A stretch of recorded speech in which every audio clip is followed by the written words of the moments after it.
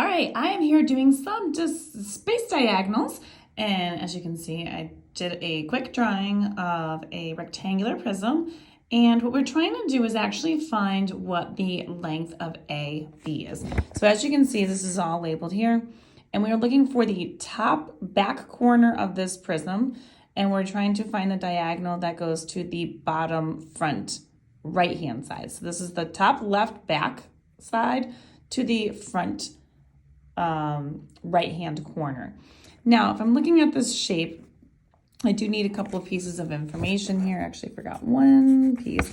So we do have a few different dimensions here. We do have the length and the width of this bottom piece. So I'm going to actually show you how we're going to do this in order to calculate this. And this is going to come out nice and beautiful and easy. So great. And then we see that the height of the rectangular prism is 12 units, whatever it is. So the first thing I'm wanting to do, if I want to find this top back corner to the front bottom corner here, I am going to need to figure out this diagonal right here of CB. So I am going to use this. This is a rectangular prism, so every one of the corners is a right triangle. So I'm going to use the Pythagorean theorem, and these will be my two legs on my triangles, or the triangle, and I'm trying to figure out the hypotenuse here. So this is hopefully, if you know your Pythagorean triples, should be able to figure this out pretty easily without even doing any kind of math.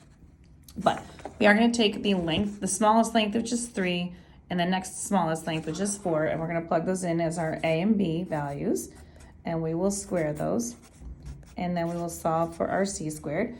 So 3 squared is 9, 4 squared is 16, and we're going to get C squared. Adding those two together, we get 25 is equal to C squared. In order for us to undo a square, we need to square root it. That's our opposite operation with squaring. And then that's going to give me a nice easy number. 25 square rooted is just 5. So now that I know what C is, or our hypotenuse for CB or BC, this length right here is 5. Now, because I have that helps me to be able to figure out the next triangle that I need to solve, which is in order to get AB's piece. So I have this piece now, and this piece over here, these two form a right triangle as well, right here. And then this is our hypotenuse of that triangle.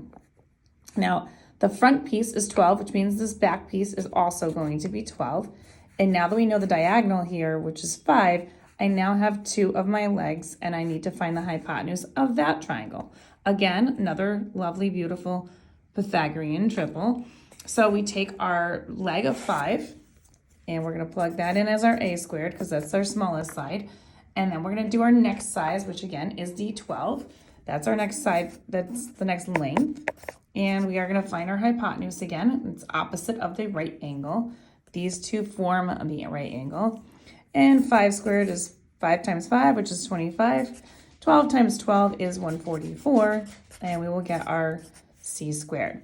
Add those two together, we get 169, which is equal to our C squared.